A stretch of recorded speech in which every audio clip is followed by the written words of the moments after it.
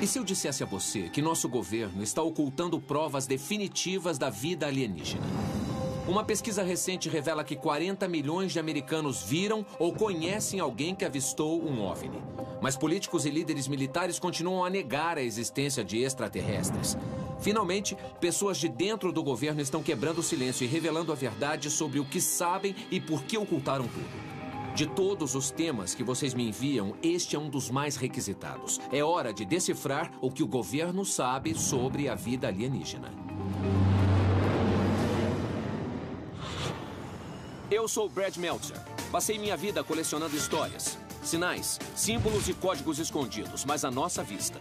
Alguns se tornaram base para os meus romances, mas eu só arranhei a superfície das coisas. Agora a história me deu recursos para investigar a fundo.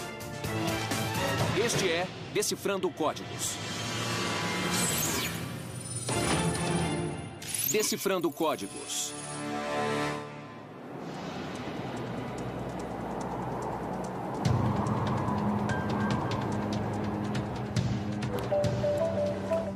Oi, Brad. Oi, Brad. Eis as novidades. Quem está preparado para ter um contato de terceiro grau? Ah, sem essa. Como em Alien? Tá legal, eu posso sentir daqui o ceticismo de vocês.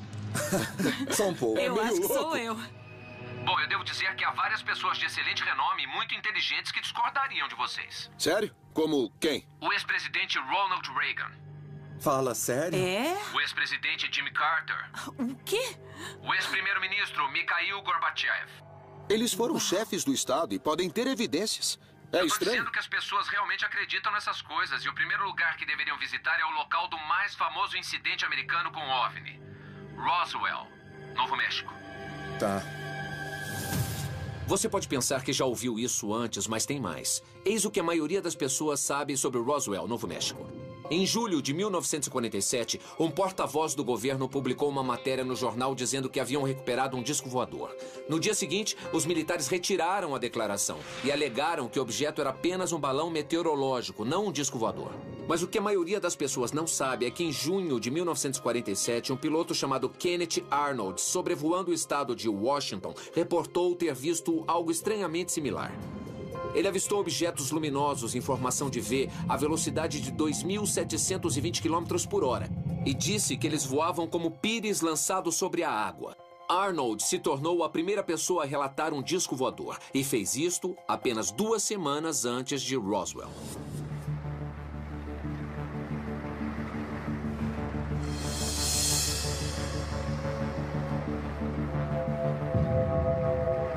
OVNI, Museu e Centro de Pesquisa. Meu pai foi Walter Roth. Ele era tenente da base local, Aeródromo Militar de Roswell. Ele era navegador de bombardeiro com experiência em voo. E também era a porta-voz oficial da base. Julie Shuster, diretora do Roswell International. Em 8 de julho de 1947, o coronel Blanchard o chamou de manhã e disse: "Você precisa fazer um comunicado à imprensa. Encontramos um disco voador." Ele fez o comunicado. "Basicamente, temos em nossa posse um disco voador e está sendo levado para outra base." Então, houve uma história contraditória. No dia seguinte, o general Ray me disse que tratava-se de um balão meteorológico. As pessoas aqui não sabiam do que estavam falando.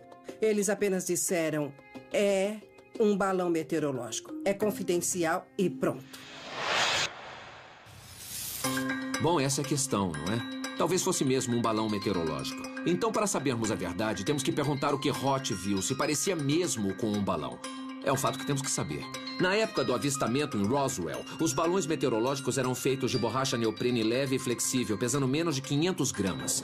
Amarrado ao balão havia um pequeno rabo de pipa de nylon que levava um transmissor de dados. Mas o caso é tão confuso quanto esses dispositivos. Roth descreveu algo de outro mundo e indestrutível. Então, poderia um experiente aviador e militar realmente confundir uma nave extraterrestre com um balão meteorológico de 500 gramas? Você já teve uma conversa séria com o seu pai do tipo... Ok, pai, o que você realmente viu ou o que você sabe? Ele manuseou os destroços. Ah. Um dia eu perguntei a ele sobre detalhes do disco. Tinha 7 metros de diâmetro. Ele disse coisas do tipo: não dava para queimá-lo, não dava para rasgá-lo, não dava para cortá-lo. Isso me mostrou que aquilo não era desse mundo. O seu pai viu os corpos? Meu pai viu alguma coisa embaixo de uma lona em um hangar. Ele disse que tinha grandes olhos negros, fendas em lugar do nariz, da boca e dos ouvidos, 4 dedos longos, braços longos, o que para mim parece bem detalhado para alguém que não viu nada. Você acha que o governo pode estar encobrindo alguma coisa? Minha opinião? A opinião geral de provavelmente 75% das pessoas que visitam o museu? Sim, o governo está escondendo alguma coisa.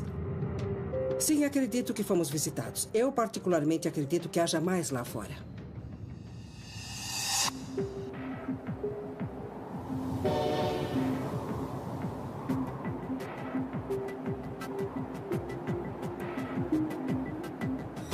Precisamos entender o que temos aqui.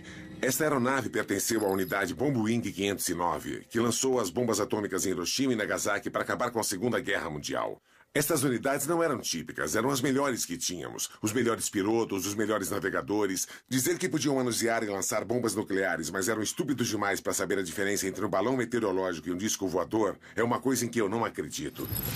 Dennis Baltazar, engenheiro. O prédio atrás de nós era o Hangar 84, em 1947. Os destroços encontrados no rancho 100 quilômetros a noroeste daqui foram trazidos e armazenados neste hangar por um curto período de tempo. Nós também temos testemunhas que alegam ter visto corpos dentro do hangar.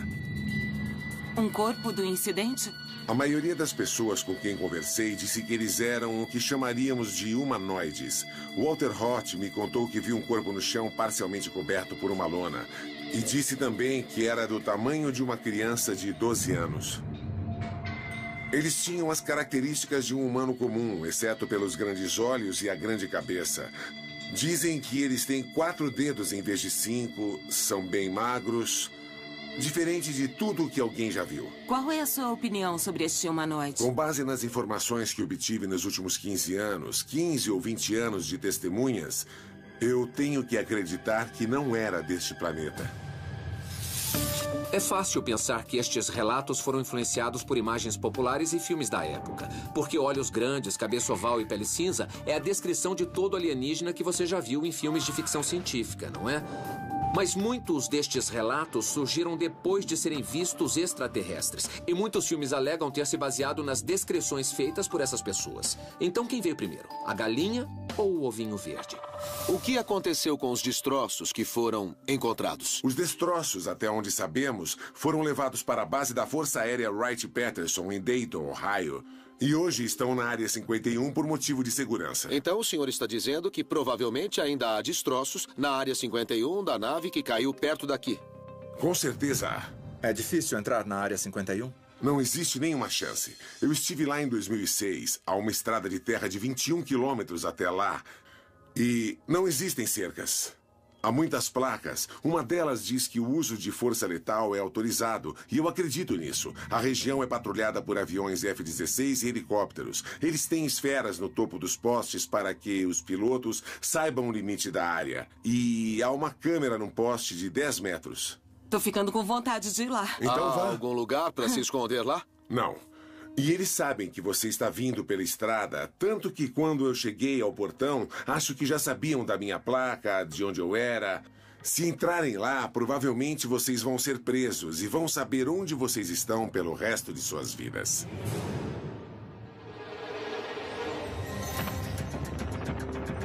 Eu acho que alguma coisa está sendo encoberta, mas o que eu não sei é em que ponto o encobrimento começa. Bom, vamos começar com o primeiro comunicado à imprensa. Soubemos através de Julie Chester que seu pai fez esse comunicado à imprensa e antes que o dia terminasse, o comunicado foi retirado e alterado. Eu tô com você. Alguma coisa aconteceu. Eu só não sei exatamente o que foi. Um objeto voador estranho. Uma informação que eles não querem divulgar vaza e eles pensam, precisamos controlar isso. É um encobrimento de pelo menos 6 décadas. E também há um mistério sobre o que está vendo na Área 51. É uma área gigantesca de terra. Acho que podemos todos concordar em um ponto. Alguma coisa caiu em Roswell em 1947, não foi um balão meteorológico. Não Com era toda um balão. certeza. E eu acho que também podemos concordar que nós precisamos ir até a Área 51.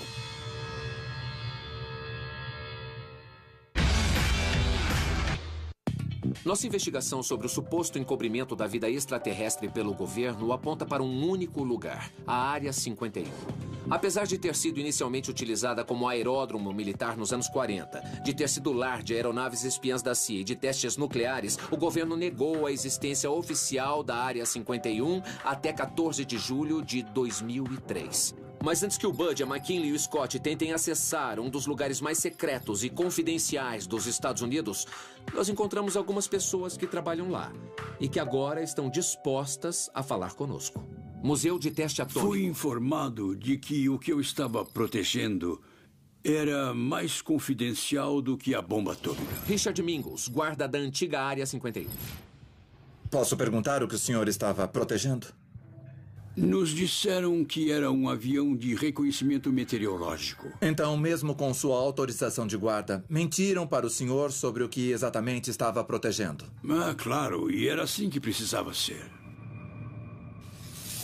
Este é o cara que você quer ao seu lado. Eu adoro esse homem. Ele foi uma das primeiras pessoas a servir na Área 51. Recebeu uma ordem para ficar calado em seu primeiro dia, em 1957. E esta ordem nunca foi oficialmente revogada. Eu quero que ele nos conte absolutamente tudo. Mas ele ainda está honrando suas ordens. Temos que respeitá-lo. Mas você acha que eu não vou perguntar o que ele viu na Área 51? Claro que vou. O senhor tinha acesso à área toda? Podia ir a qualquer lugar que quisesse? Não, havia um prédio, um hangar que era proibido a quase todos. Havia talvez 6 ou 12 pessoas que podiam entrar. E o senhor nunca viu o que havia lá? Vi. O senhor viu? Sim. E pode dizer o que havia lá? Não. Uau. Bem, todos cometem erros. Foi um fim de semana. Eu estava caminhando, checando todas as portas, me certificando de que estava tudo trancado e fui até esse hangar no qual não podia entrar. Eu chequei a porta e estava aberta. O senhor viu alguma coisa que não pode discutir com a gente? Após todos esses anos, ainda não pode falar sobre isso? Eu nunca contei a ninguém. O governo tem tornado público todo tipo de documento secreto, desde o Watergate, a prisão de Guantánamo, da invasão da Baía dos Porcos à Guerra do Vietnã. E até mesmo os ataques de 11 de setembro. Todos estes assuntos são extremamente delicados e o governo adoraria controlá-los. Mas eles obedeceram o ato de liberdade da informação e abriram as informações para o público. Mas por que a Área 51 é um tópico assim tão sensível a ponto de o governo se recusar até mesmo a fornecer simples detalhes? Eu preciso fazer uma pergunta óbvia. O senhor trabalhou lá por vários anos na Área 51. Por acaso viu ou ouviu falar sobre seres ou naves extraterrestres naquela propriedade? Não. Nenhuma vez? Não. O senhor diria se tivesse? Não. Bom, e o outro pessoal? As coisas eram muito rígidas quando entrou lá. Será que todos que trabalharam lá são tão discretos quanto o senhor? Bem, eu não gosto de entrar no assunto que você quer discutir. Uma área que é muito importante no que concerne a segurança nacional. Na verdade, depois de eu ter saído, o programa para o qual Bob Lazar foi designado seria, acredito eu, mais secreto se eles o tivessem mantido no maior sigilo possível. Muito menos pessoas saberiam sobre isso hoje. Bob Lazar é um personagem fascinante e controverso. Para ser claro, ao falar com ele, é difícil separar a realidade da ficção. Lazar alega ser um físico graduado pela MIT e pela Caltech. Dizem que ele criou um carro a jato que alcança mais de 320 km por hora. Mas também alegam que ele trabalhou no setor 4 da Área 51, diretamente em uma espaçonave alienígena. E é claro, este fato é negado pelo governo. E as instituições nas quais ele jura que se graduou, MIT e Caltech, não têm registros de sua presença. Em sua defesa, Lazar diz que o governo apagou todos os seus registros após ele revelar à mídia detalhes específicos sobre os 9 discos voadores na Área 51. E aqui está o mais interessante. Lazar não alega só ter visto naves alienígenas, ele também afirma ter visto aliens. Casa dos Lear, Las Vegas, Nevada. Estamos pesquisando a Área 51 e o nome Bob Lazar aparece sempre. Soubemos que são amigos, está correto? Sim, eu conheci o Bob no verão de 1988. Ele nos levou para ver um dos discos voadores voar. John Lear, perito em aviação. Na verdade, fiz um pequeno mapa aqui, bem aqui neste ponto. Foi onde paramos o motorhome. Peraí. Você pegou um motorhome para ir ver discos voadores? Isso. Com Bob Com Lazar. o Bob. Nossa. Eu armei meu telescópio Celestron. Nós estávamos aproximadamente nesta posição. Olhamos sobre as montanhas e vimos um disco subir, ir para a esquerda, para a direita. E isso acontece? Todos os dias. John Lear é um cara bem humilde e modesto. Então me deixe exaltar suas qualidades. Ele foi simplesmente um dos pilotos mais experientes da história dos Estados Unidos. E ele pilotou 150 tipos de aeronaves. Foi o único homem a receber todos os certificados de piloto emitidos pela FAA. Possui 18 recordes mundiais de velocidade e voou em missões para a CIA. A propósito, seu pai Bill Lear inventou uma coisa chamada Learjet. Quando o assunto é voar, encontramos poucas pessoas no planeta com mais conhecimento ou experiência do que John Lear. Vamos imaginar que eles estão pilotando discos voadores e que há alienígenas na Área 51. O que eles estão fazendo com eles? Os alienígenas nos fornecem tecnologia e nós a utilizamos. Realizamos a engenharia reversa nas naves para saber como as constroem? Correto. Nós tentamos a engenharia reversa, mas estão milhões de anos à nossa frente. O senhor acha que a companhia do seu pai estava envolvida no processo de engenharia reversa da nave do acidente? Com certeza. Na verdade, a primeira companhia que meu pai criou foi a Motorola. E depois ele saiu e formou sua própria empresa, a Lear Incorporated. Ele se envolveu em todos esses acontecimentos e gerou novos projetos. Tá legal, uma pausa. Se o que John Lear diz é verdade, então temos uma resposta. Por que o governo quer negar que os extraterrestres existem ou que fizemos contato? Uma razão. Porque o governo está, na verdade, copiando a tecnologia alienígena. E antes que você caia da cadeira, considere por um segundo o contexto histórico. Nós estávamos em uma guerra fria que se agravava rapidamente. Uma guerra combatida com espionagem, ciência e armas futurísticas. Em tempos como este, vai me dizer que você não faria qualquer coisa para manter a vantagem tecnológica sobre seus inimigos. E eis o que temos certeza. Em julho de 1947, algo caiu em Roswell, Novo México, e foi rapidamente recuperado pelo exército. Apenas 3 meses depois, Chuck Yeager realizou o que os cientistas acreditavam ser impossível. Ele quebrou a barreira do som, atingindo cerca de 1.234 km por hora. Agora, John Lear diz para nós que seu pai teve contato com aliens e criou seu primeiro telefone móvel nos anos 40. Isso foi antes da televisão em cores, das rodas nas malas, em uma era que os médicos ainda acreditavam que o cigarro fazia bem para você. Em 1969, a Motorola fez um grande avanço, como na frase "um pequeno passo para o homem, um grande salto para a humanidade". Neil Armstrong falou com a Terra usando um Motorola, que por acaso funcionava no espaço. Dá para acreditar nisso? John, muitas das pessoas com as quais falamos e que tinham acesso como guardas levam isso muito a sério e não falam sobre as coisas que viram. Por que Bob Lazar quebrou o silêncio, por assim dizer? Porque ele sentiu que o público precisava saber o que estava acontecendo. Como pode algo tão grande que afeta todos nós ser mantido em segredo? Prontos para mais um fato incrível? Vocês sabem o que houve com Bob Lazar após seu suposto encontro com aliens? Ele fundou uma companhia chamada United Nuclear. Eles são uma empresa científica que vende itens como minérios radioativos, superímãs e aerogel.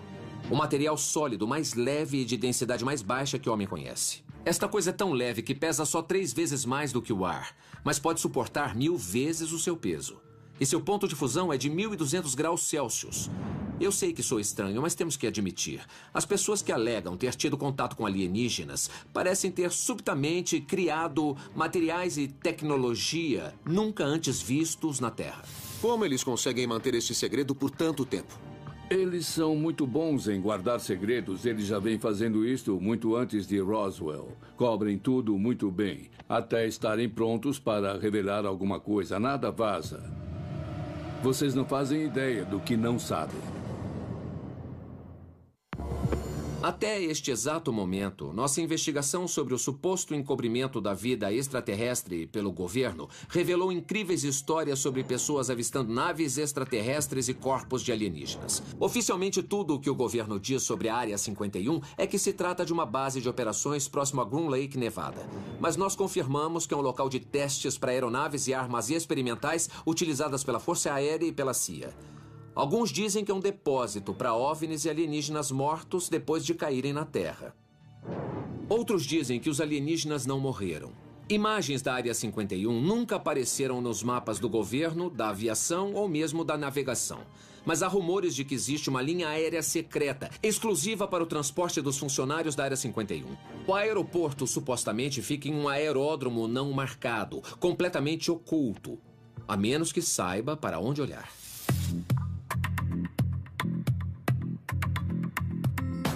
Bem-vindo a Las Vegas, Nevada. Achamos que estes são os aviões que levam as pessoas à Área 51. Aqueles aviões ali? Exato, são da Janet Airlines, o que é bem estranho. E com certeza nós estamos falando de centenas de empregados. Janet Airlines possui 6 737s com capacidade para cerca de 190 passageiros cada e 5 jatos menores.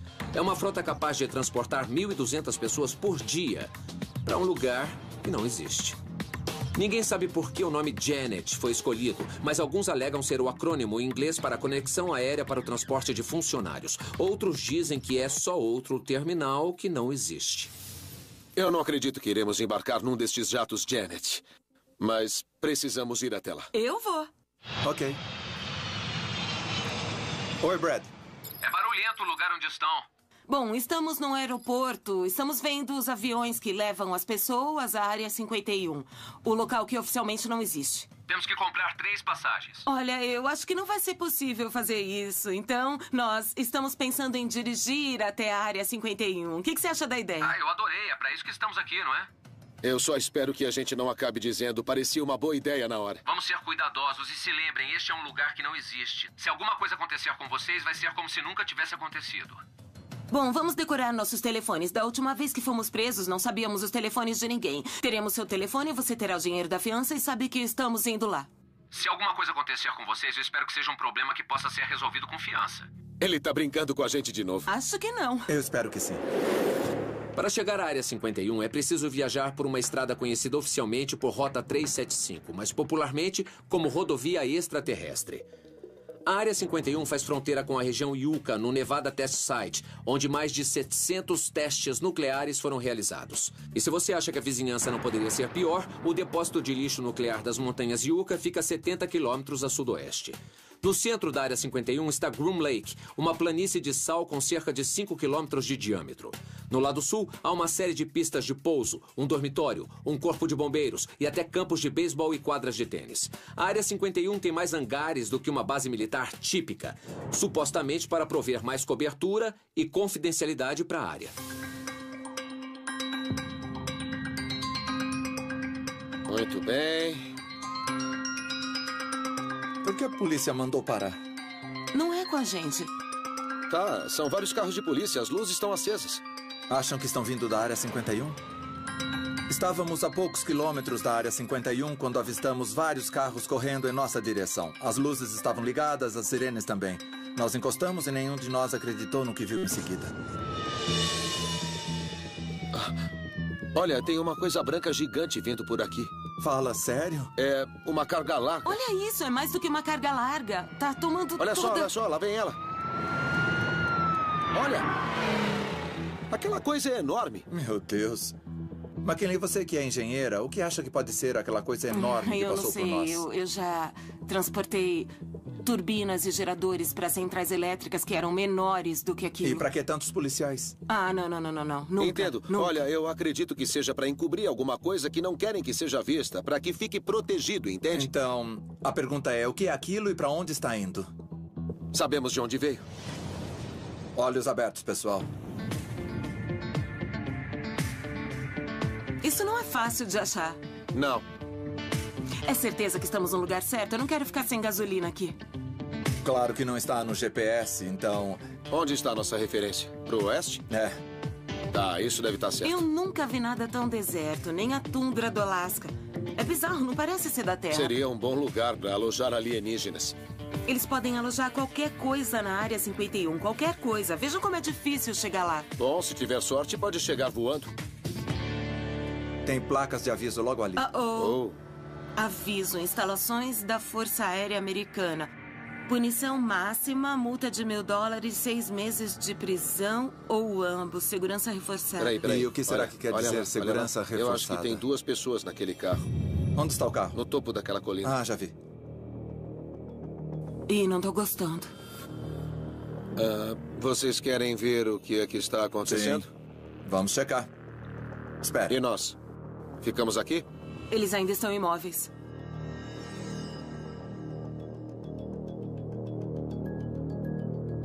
É contra a lei entrar nessa área sem o consentimento do comandante dessa instalação. Alguém tem essa permissão? Eu não tenho. Eu não.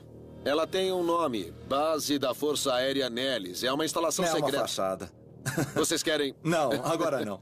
As pessoas têm opiniões diferentes sobre a Área 51, mas uma coisa sobre a qual todos concordam é que a segurança aqui é extremamente rigorosa. Sabemos que precisamos prestar muita atenção às suas regras. Muito bem, tem uma estrada bem aqui sem placas de não invada. Será que a gente pode subir a colina? O que é que vocês acham disso? Acho que podemos. Isso vai dar uma visão ampliada de tudo por aqui. Já fizemos isso antes. Vamos ver se não tem mesmo placas de não invada. Enquanto caminhamos, eu vou observar se aquele carro não começa a vir em nossa direção. Se ele vier, damos o fora daqui. Tem várias câmeras de vigilância. Olha, tem outra ali. Olhem que estranho. Elas têm o mesmo perfil de um cactus. A vista daqui é bem melhor. Estamos chegando perto da caminhonete. Eu não tô gostando. Esse lugar é incrível. Olha só. Eu realmente preciso conhecer este lugar para me esconder por aqui. Eis o fato mais interessante sobre a Área 51. Ela foi construída no topo de uma mina de prata. Isso significa que há uma malha de túneis subterrâneos e cavernas. Os objetos mais confidenciais e secretos devem estar no subsolo. Então, o que temos são câmeras de vigilância à esquerda. Temos uma caminhonete no topo da colina, à nossa frente, com 2 homens dentro. E temos um tipo de bases de informações no topo da montanha mais alta desta área. Só porque esse é um bom esconderijo não significa que tenha naves e corpos alienígenas. Eles podem estar escondendo qualquer coisa. Olha, a caminhonete está se movendo. Tá vindo pra cá. É. Querem começar a descer a colina agora? Ok. Sim. Vamos pro descer carro. rápido. Eu não tô gostando nada Vai, disso. vamos mais Eles rápido. estão encarando a gente. Vai, rápido, rápido. Depressa, vamos pro carro. Ih, não tô gostando. Ligaram as luzes. O que eles querem? Bom, Eu não tô gostando apenas olhem nada pra frente, disso. tá legal? Eles estão encarando Não a olhem gente. pra eles. Não olhem. Vai. Isso. Estamos em busca de provas da existência de vida extraterrestre. Soubemos que o governo já pode tê-las achado. Agora a questão é o que exatamente eles sabem e por que eles não compartilham conosco. No tempo que passou lá em cima voando, o senhor já viu alguma coisa que não pôde explicar ou compreender? Um fenômeno incomum? Não, eu não. Mas tenho 2 grandes amigos, pilotos de caça de alta performance. Um deles viu um OVNI, não no ar, mas no solo. Ele jura até hoje que o objeto pousou em uma clareira próxima de onde eles acampavam. Alan Palmer, ex-piloto da Força Aérea Naval. Eu acredito no que eles dizem, mas se acredito que era um OVNI, não sei. Creio que ele não comentou isto com mais ninguém por razões óbvias. Por que eles não... O que você faria? Iria ao seu oficial, comandante ou sargento e diria: cara, fui acampar neste fim de semana e vi um OVNI. Você manuseia armas nucleares, você seria retirada da função até alguém dizer ou diagnosticar que ainda está bem. E acredite, nenhum piloto quer este destaque ou chamar atenção. Eles preferem voar e fazer seu trabalho. Alan, nós estivemos em Roswell e falamos com algumas pessoas. Nós vimos algumas fotos famosas de discos voadores e coisas que parecem OVNIs. Como o senhor explica estas imagens e estes OVNIs? Bem, na Força Aérea eles tinham uma coisa chamada Projeto Livro Azul. E todo relato de objeto voador não identificado que chegava à Força Aérea ia para esse livro. O Projeto Livro Azul foi uma ação secreta da Força Aérea iniciada em 1952 para determinar se os OVNIs representavam uma ameaça à segurança nacional. Antes de encerrarem o projeto, eles investigaram 12.618 relatos. Quando o Projeto Livro Azul foi revelado, a Força Aérea desconsiderou 97% dos avistamentos. Mais tarde foi relatado que 22% dos avistamentos não puderam ser explicados. Mas aqui está o melhor. Adivinhem quem acabou mudando de opinião? O consultor científico do projeto, o Dr. J. Allen Hynek. Ele começou o Projeto Livro Azul como cético. Mas durante a pesquisa, isso acabou mudando. Hynek acusou seus colegas militares de apatia e ignorância por rotineiramente classificarem fenômenos inexplicáveis como pássaros ou balões. Não há evidências de que objetos voadores não identificados sejam uma ameaça à nossa segurança nacional. Como ele falou, o projeto Livro Azul foi da investigação do inexplicável à explicação do não investigado. Então, pelo que eu entendi, o senhor está dizendo que existem fenômenos inexplicáveis Sim. ou objetos voadores não identificados por aí. E realmente vale a pena considerá-los e pesquisá-los. A verdade é que ainda há ocorrências e avistamentos de objetos que as pessoas não compreendem. Então o governo diz não ter provas de vida em seus registros, mas estes são só os registros que eles revelaram. O Bud, a McKinley e o Scott estão conversando com um oficial do alto escalão do governo, que está decidido a se arriscar, desafiando uma ordem e contando sua história. Eu gostaria de saber qual era a sua posição e o que o senhor fazia quando conseguia essa informação. Bom, eu era gerente de sucursal no Centro de Tecnologia da FAA em Atlantic City. John Callahan, ex-investigador da FAA. Vimos um avião descer, um 747 descer. Então, quando o piloto entrou na nossa frequência, disse: algum tráfego à frente? O controlador olhou o radar e disse: não há tráfego nenhum aqui. Então ele respondeu negativo. E o piloto disse: bom, eu tenho algo aqui às 11, 12 horas. Vejo luzes brancas e amarelas. Esse tipo de coisa. Ele olhou para aquela coisa e pensou: não tem uma aeronave desse tamanho. Tem 4 vezes o tamanho de um porta-aviões. Ele pilotava um 747 que tem um elevador dentro. O avião tem andares. É como um prédio de 2 andares voando. E ele estava olhando para uma coisa que era gigante, que era enorme e... foi por isso que ele presumiu que era um avião. John, algum passageiro viu essa coisa? Toda a tripulação viu a mesma coisa. Então não foi só uma pessoa, o fato foi corroborado pelos vários membros. Sim, desenharam as mesmas figuras e tudo mais. John Callahan era o cara que a FAA chamava quando algo estranho ocorria nos céus. Mas ninguém jamais viu uma coisa tão estranha assim. Segundo a história de Callahan, um 747 se aproximou de uma aeronave não identificada tão grande que o radar a interpretou como uma frente climática. O piloto descreve a nave como esférica e brilhante. Mas o mais surpreendente era a maneira como se movia. A nave zigue-zagueava tão rápido que aparecia quilômetros à frente do avião em um momento e quilômetros atrás no outro. O incidente preocupou tanto os superiores de Callahan que eles alertaram de imediato a Casa Branca e convocaram a equipe especial de investigação do governo. A propósito, o próprio presidente Reagan alega ter visto um OVNI de um avião em Bakersville em 1974, muito antes de se tornar presidente. Reagan disse que ele emitiu uma luz branca brilhante e, como disse em seu relato, nós seguimos o objeto até Bakersville e, de repente, para nosso espanto, ele sumiu diretamente para os céus. Bom, eu voltei para o quartel após ver tudo aquilo. O almirante soube que eu estava no prédio, me chamou e disse: quero que me fale rapidamente sobre o que encontramos. Eu fui na sala dele e contei o que aconteceu. Então ele disse a um de seus assistentes: cancele todas as minhas reuniões desta noite, remarque para a próxima semana. Depois disse para nós: eu vou ver o Reagan. Vamos entregar isto para o grupo de pesquisa científica do presidente. E o material foi entregue a um grupo de 3 cientistas. Eles se pareciam com Einstein, tinham longos cabelos grisalhos, despenteados, vestiam belos ternos, mas eram esquisitos. E havia 3 caras com eles da CIA.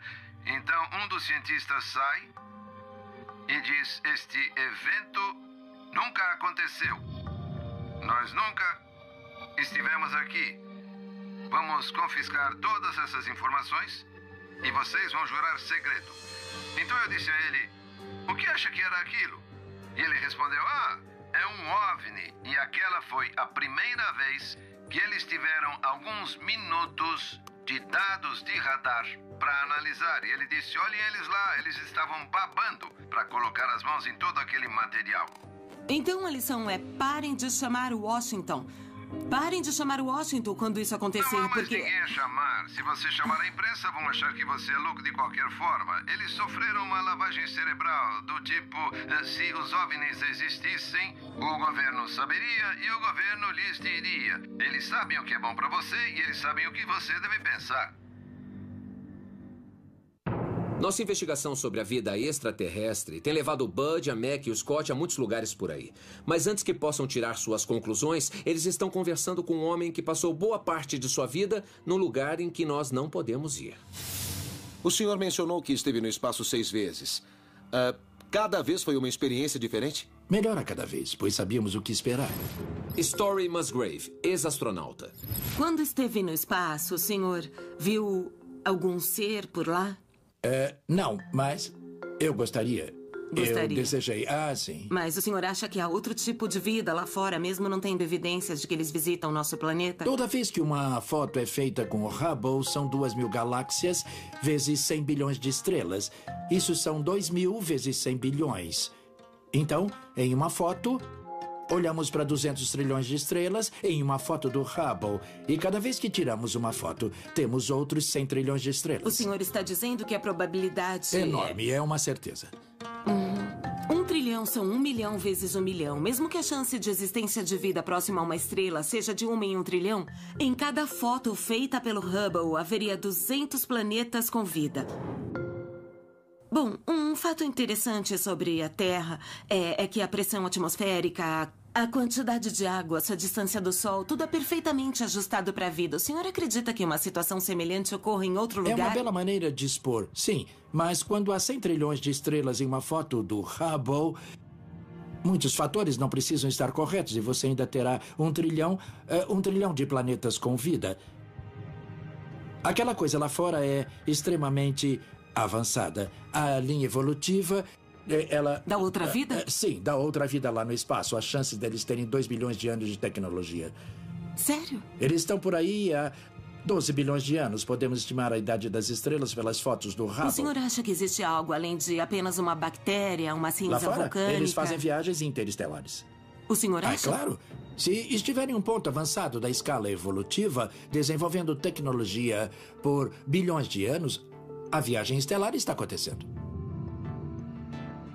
Então, se pensarmos que em 200 anos nós passamos, talvez, de um arado puxado por cavalo para a internet, o iPhone... Para mim, nascido e criado. Quando eu era garoto, a locomotiva a diesel não existia, só a vapor. Da locomotiva a vapor à astronauta. Da locomotiva a vapor ao espaço. O que poderia fazer uma outra forma de vida em 1 bilhão de anos? Em 1 bilhão de anos. Hoje há um computador mais potente em um celular do que havia na Apollo 11. E esta nave levou e trouxe o homem da Lua. Estes são os avanços tecnológicos que qualquer baby boomer se recorda porque mudaram para sempre suas vidas. Então imaginem o que poderíamos fazer nos próximos 10, 100 ou até 1000 anos. Mas não é sobre isso que o astronauta está falando. Ele está falando de 1 bilhão de anos adiante, quando nossos descendentes olharem para nós e para nossa tecnologia como nós olhamos para os homens das cavernas. Story, se está totalmente certo de que existe outra vida por aí há 1 bilhão de anos e que estão realizando viagens estelares, por que ainda não nos visitaram? Em primeiro lugar, precisamos olhar as estatísticas. Sim, existem viagens estelares acontecendo, mas há vários lugares para ir. Mesmo com as viagens estelares, as distâncias são longas. Quanto pode afirmar? O máximo possível, mas não tenho evidências. É estatístico, é o poder da vida. Nós temos 4 milhões de espécies aqui. Então a vida não criou apenas várias espécies. A vida criou músculos e habilidades para sobreviver em condições favoráveis. E existe o fator tempo. Junte tudo e a vida está em qualquer lugar. Em algum outro lugar além daqui? Sim. O Bud, a Mac e o Scott exploraram a fundo os fenômenos alienígenas conhecidos e acharam informações pouco conhecidas. Eles conversaram com fontes confiáveis que contaram a eles histórias incríveis.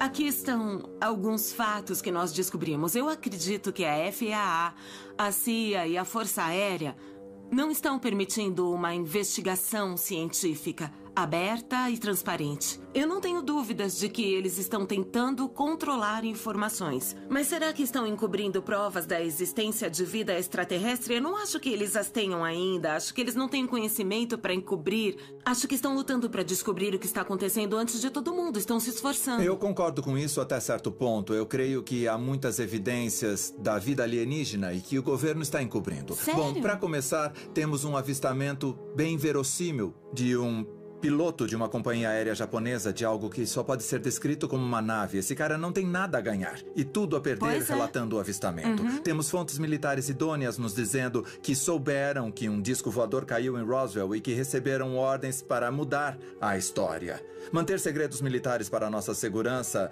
é uma coisa boa, mas para mim parece que encontramos evidências críveis durante a nossa investigação. Se eu penso que o governo está encobrindo a existência de vida alienígena, eu acho que não.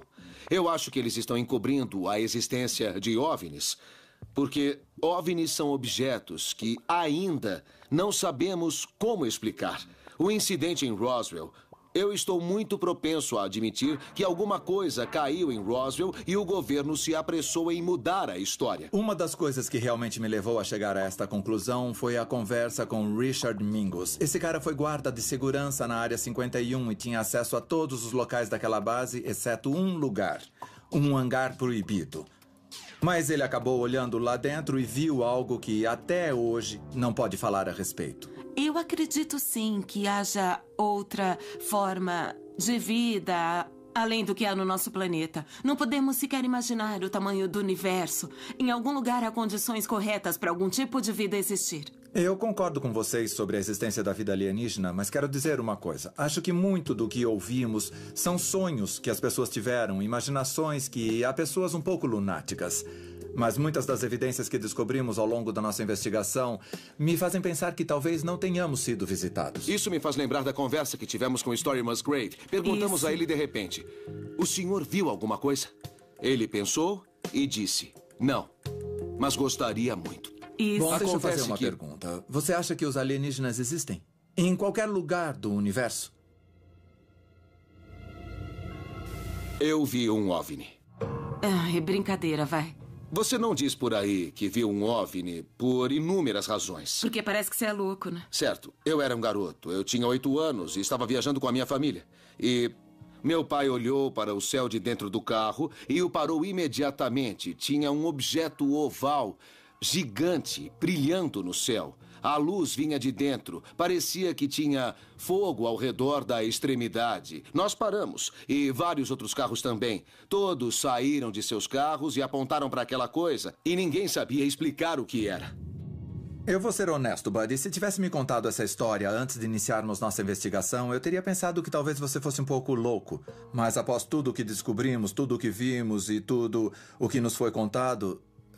Isso é incrível. Esta é uma das imagens mais incríveis que eu tenho da minha infância. Bom, eu não tenho pesadelos com isso, nem nada disso, mas isso me surpreende. Se aquilo era de outro mundo, eu não sei. A maioria das estrelas no nosso universo está a mais de 1000 anos-luz de distância. Isso significa que um extraterrestre levaria 1000 anos apenas para chegar aqui. Eles não podem vir mais rápido, porque os físicos acreditam que a velocidade da luz é a velocidade limite do universo, que é impossível para qualquer coisa se mover mais rápido. Mas os físicos também acreditavam ser impossível viajar mais rápido do que o som. Até Chuck e Yeager provar que estavam errados em 1947, quando quebrou a barreira do som. As pessoas pensavam ser fisicamente impossível para um humano correr 1.600 metros em menos de 4 minutos, até Roger Bannister fazer isso em 1954. Lembre-se, só porque uma coisa ainda não aconteceu, não significa que seja impossível. Eu quero acreditar que não somos a única forma de vida no universo. Reagan disse ter visto um OVNI com os próprios olhos, e Jimmy Carter também. E Stephen Hawking, um dos maiores físicos de nossa era, acha que é matematicamente impossível não haver outra forma de vida. Mas ouçam o que Hawking disse, porque ele também nos dá um aviso. Ele disse: nós só precisamos olhar para nós mesmos para ver como a vida inteligente pode se tornar uma coisa que não gostaríamos de encontrar. E diz mais: se os alienígenas nos visitarem, creio que o resultado será o mesmo de quando Cristóvão Colombo chegou pela primeira vez na América. Isto não acabou bem para os nativos americanos. Então, por mais que queiramos acreditar, precisamos sempre ser muito cuidadosos com o que desejamos.